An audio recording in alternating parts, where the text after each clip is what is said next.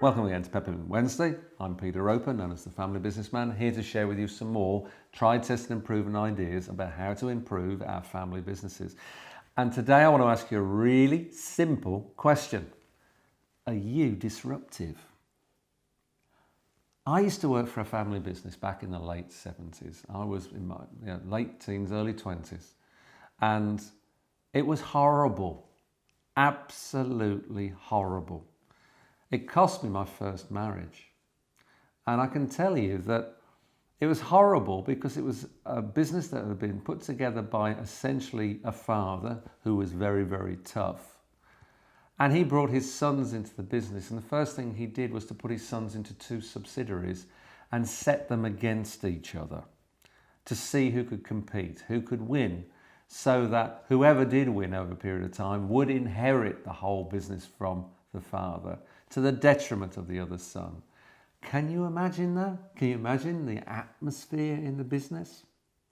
Now, I'm sure you haven't got a family business like that. And I think that's an absolute extreme. And I've got to tell you, I learned far more about what not to do. It was a fantastic education for me, albeit not a very nice one.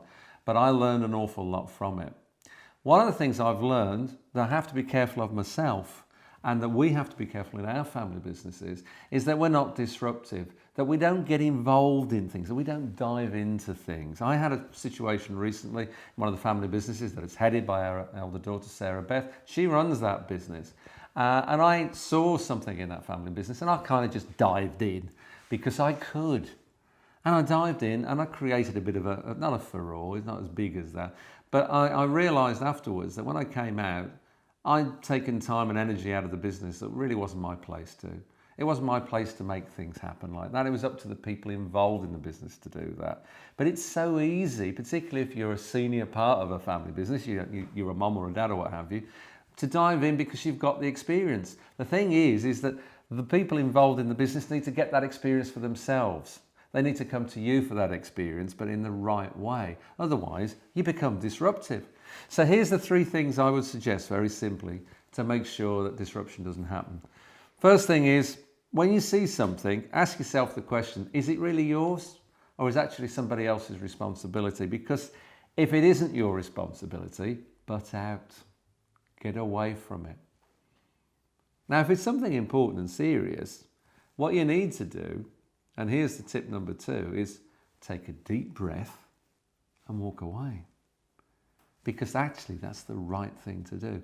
Walk away from it and let the things happen. Now, of course, they're important, they're serious. The third thing you need to do is then talk about it offline, quietly, out of the way.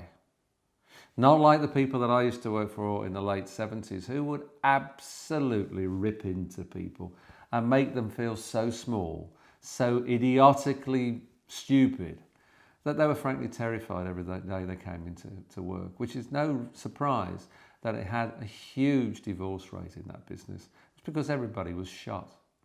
And you can't afford that in a family business. If there are some challenges, and they're important ones, take them offline, quietly, eyeball to eyeball, and sort it out in a grown-up way and not in a horrible way, frankly. So that's it. Are you disruptive? I don't know. Let's talk about it. Send me some emails. I'll answer them personally. Put them onto social media. Let's talk about a disruption in a business caused by, frankly, not stopping to think twice. And let's see what we can do to help our family businesses. So that's it. That's Peppermint Wednesday. I'm Peter Roper. And remember, if I can help you in any way, just let me know. Thanks for listening.